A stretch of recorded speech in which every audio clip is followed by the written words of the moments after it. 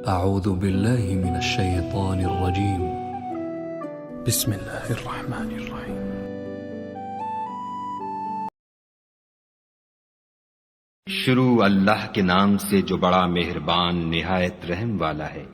الف لام را، یہ خدا کی کتاب اور قرآن روشن کی آیتیں ہیں۔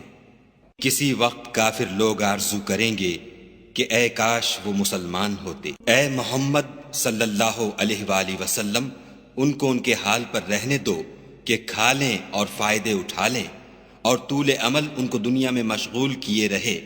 ان قریب ان کو اس کا انجام معلوم ہو جائے گا۔ اور ہم نے کوئی بستی ہلاک نہیں کی مگر اس کا وقت مرقوم و معین تھا۔ کوئی جماعت اپنی مدت وفات سے نہ آگے نکل سکتی ہے نہ پیچھے رہ سکتی ہے۔ اور کفار کہتے ہیں کہ اے شخص جس پر نصیحت کی کتاب نازل ہوئی ہے، تو دیوانہ ہے۔ اگر تو سچا ہے تو ہمارے پاس فرشتوں کو کیوں نہیں لے آتا؟ کہہ دو ہم فرشتوں کو نازل نہیں کیا کرتے مگر حق کے ساتھ، اور اس وقت ان کو مہلت نہیں ملتی۔ بے شک یہ کتاب نصیحت ہم ہی نے اتاری ہے اور ہم ہی اس کے نگہبان ہیں۔ اور ہم نے تم سے پہلے لوگوں میں بھی پیغمبر بھیجے تھے، اور ان کے پاس کوئی پیغمبر نہیں آتا تھا مگر وہ اس کے ساتھ استہزاء کرتے تھے۔ اس طرح ہم اس تکذیب و ضلال کو گناہ گاروں کے دلوں میں داخل کر دیتے ہیں، سو وہ اس پر ایمان نہیں لاتے، اور پہلوں کی روش بھی یہی رہی ہے۔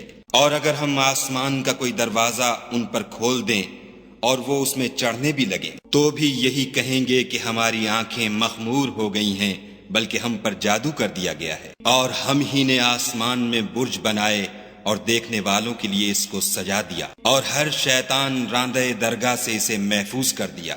ہاں اگر کوئی چوری سے سننا چاہے تو چمکتا ہوا انگارہ اس کے پیچھے لپکتا ہے۔ اور زمین کو بھی ہم ہی نے پھیلایا اور اس پر پہاڑ بنا کر رکھ دیے، اور اس میں ہر ایک سنجیدہ چیز اگائی۔ اور ہم ہی نے تمہارے لیے اور ان لوگوں کے لیے جن کو تم روزی نہیں دیتے اس میں معاش کے سامان پیدا کیے۔ اور ہمارے ہاں ہر چیز کے خزانے ہیں، اور ہم ان کو بمقدار مناسب اتارتے رہتے ہیں۔ اور ہم ہی ہوائیں چلاتے ہیں جو بادلوں کے پانی سے بھری ہوئی ہوتی ہیں، اور ہم ہی آسمان سے مے برساتے ہیں، اور ہم ہی تم کو اس کا پانی پلاتے ہیں، اور تم تو اس کا خزانہ نہیں رکھتے۔ اور ہم ہی حیات بخشتے اور ہم ہی موت دیتے ہیں، اور ہم ہی سب کے وارث مالک ہیں۔ اور جو لوگ تم میں پہلے گزر چکے ہیں ہم کو معلوم ہیں، اور جو پیچھے آنے والے ہیں وہ بھی ہم کو معلوم ہیں۔ اور تمہارا پروردگار قیامت کے دن ان سب کو جمع کرے گا، وہ بڑا دانا اور خبردار ہے۔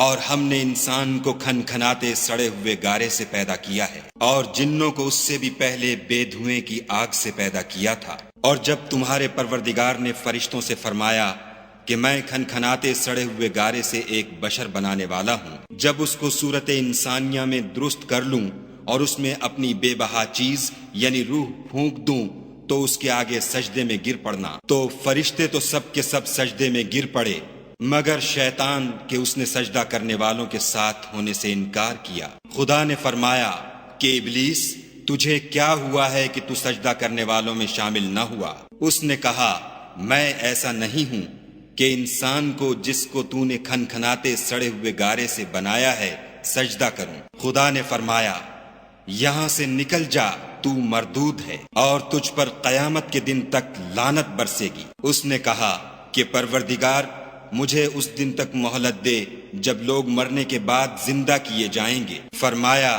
کہ تجھے مہلت دی جاتی ہے وقت مقرر یعنی قیامت کے دن تک۔ اس نے کہا کہ پروردگار جیسا تو نے مجھے رستے سے الگ کیا ہے میں بھی زمین میں لوگوں کے لیے گناہوں کو آراستہ کر دکھاؤں گا اور سب کو بہکاؤں گا۔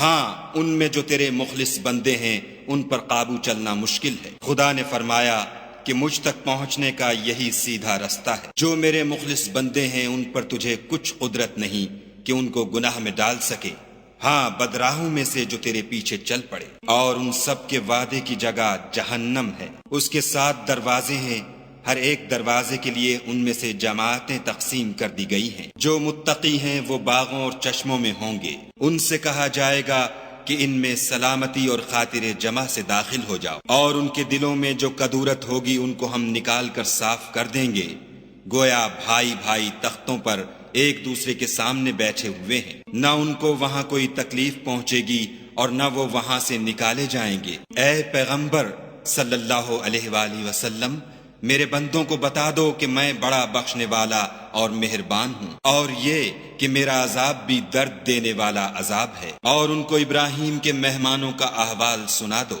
جب وہ ابراہیم کے پاس آئے تو سلام کہا۔ انہوں نے کہا کہ ہمیں تو تم سے ڈر لگتا ہے۔ انہوں نے کہا کہ ڈریے نہیں، ہم آپ کو ایک دانش مند لڑکے کی خوشخبری دیتے ہیں۔ وہ بولے کہ جب مجھے بڑھاپے نے آ پکڑا تو تم خوشخبری دینے لگے، اب کاہے کی خوشخبری دیتے ہو؟ انہوں نے کہا کہ ہم آپ کو سچی خوشخبری دیتے ہیں، آپ مایوس نہ ہوجیے۔ ابراہیم نے کہا کہ خدا کی رحمت سے میں مایوس کیوں ہونے لگا؟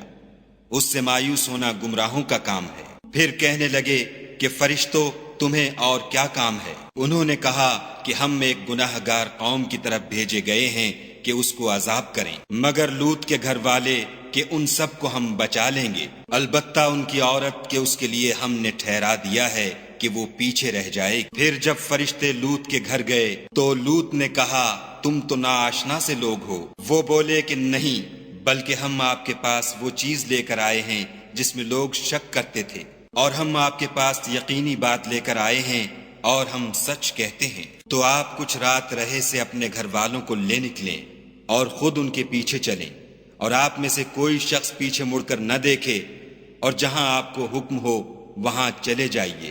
اور ہم نے لوط کی طرف وحی بھیجی کہ ان لوگوں کی جڑ صبح ہوتے ہوتے کاٹ دی جائے گی، اور اہل شہر لوط کے پاس خوش خوش دوڑے آئے۔ لوط نے کہا کہ یہ میرے مہمان ہیں، کہیں ان کے بارے میں مجھے رسوا نہ کرنا، اور خدا سے ڈرو اور میری بے آبروئی نہ کیجو۔ وہ بولے کیا ہم نے تم کو سارے جہان کی حمایت و طرفداری سے منع نہیں کیا؟ انہوں نے کہا کہ اگر تمہیں کرنا ہی ہے تو یہ میری قوم کی لڑکیاں ہیں، ان سے شادی کر لو۔ اے محمد صلی اللہ علیہ وآلہ وسلم، تمہاری جان کی قسم وہ اپنی مستی میں مدہوش ہو رہے تھے، سو ان کو سورج نکلتے نکلتے چنگھاڑ نے آ پکڑا، اور ہم نے اس شہر کو الٹ کر نیچے اوپر کر دیا اور ان پر کھنگر کی پتھریاں برسائیں۔ بے شک اس قصے میں اہل فراست کے لیے نشانی ہے، اور وہ شہر اب تک سیدھے رستے پر موجود ہے۔ بے شک اس میں ایمان لانے والوں کے لیے نشانی ہے، اور بن کے رہنے والے یعنی قوم شعیب کے لوگ بھی گناہ گار تھے، تو ہم نے ان سے بھی بدلہ لیا، اور یہ دونوں شہر کھلے رستے پر موجود ہیں۔ اور وادی ہجر کے رہنے والوں نے بھی پیغمبروں کی تکذیب کی، ہم نے ان کو اپنی نشانیاں دیں اور وہ ان سے منہ پھیرتے رہے، اور وہ پہاڑوں کو تراش تراش کر گھر بناتے تھے کہ امن و اطمینان سے رہیں گے، تو چیخ نے ان کو صبح ہوتے ہوتے آ پکڑا، اور جو کام وہ کرتے تھے وہ ان کے کچھ بھی کام نہ آئے۔ اور ہم نے آسمانوں اور زمین کو اور جو مخلوقات ان میں ہے اس کو تدبیر کے ساتھ پیدا کیا ہے، اور قیامت تو ضرور آ کر رہے گی، تو تم ان لوگوں سے اچھی طرح سے درگزر کرو۔ کچھ شک نہیں کہ تمہارا پروردگار ہی سب کچھ پیدا کرنے والا اور جاننے والا ہے۔ اور ہم نے تم کو 7 آیتیں جو نماز میں دوہرا کر پڑھی جاتی ہیں، یعنی سورہ الحمد اور عظمت والا قرآن عطا فرمایا ہے، اور ہم نے کفار کی کئی جماعتوں کو جو فوائد دنیاوی سے متمتع کیا ہے، تم ان کی طرف رغبت سے آنکھ اٹھا کر نہ دیکھنا، اور نہ ان کے حال پر تعسف کرنا، اور مومنوں سے خاطر اور تواضع سے پیش آنا، اور کہہ دو کہ میں تو اعلانیہ ڈر سنانے والا ہوں، اور ہم ان کفار پر اسی طرح عذاب نازل کریں گے جس طرح ان لوگوں پر نازل کیا جنہوں نے تقسیم کر دیا، یعنی قرآن کو کچھ ماننے اور کچھ نہ ماننے سے ٹکڑے ٹکڑے کر ڈالا۔ تمہارے پروردگار کی قسم ہم ان سے ضرور پرسش کریں گے ان کاموں کی جو وہ کرتے رہے، پس جو حکم تم کو خدا کی طرف سے ملا ہے وہ لوگوں کو سنا دو، اور مشرکوں کا ذرا خیال نہ کرو۔ ہم تمہیں ان لوگوں کے شر سے بچانے کے لیے جو تم سے استہزاء کرتے ہیں کافی ہیں، جو خدا کے ساتھ اور معبود قرار دیتے ہیں، سو عنقریب ان کو ان باتوں کا انجام معلوم ہو جائے گا، اور ہم جانتے ہیں کہ ان کی باتوں سے تمہارا دل تنگ ہوتا ہے، تو تم اپنے پروردگار کی تسبیح کہتے اور اس کی خوبیاں بیان کرتے رہو، اور سجدہ کرنے والوں میں داخل رہو، اور اپنے پروردگار کی عبادت کیے جاؤ یہاں تک کہ تمہاری موت کا وقت آ جائے۔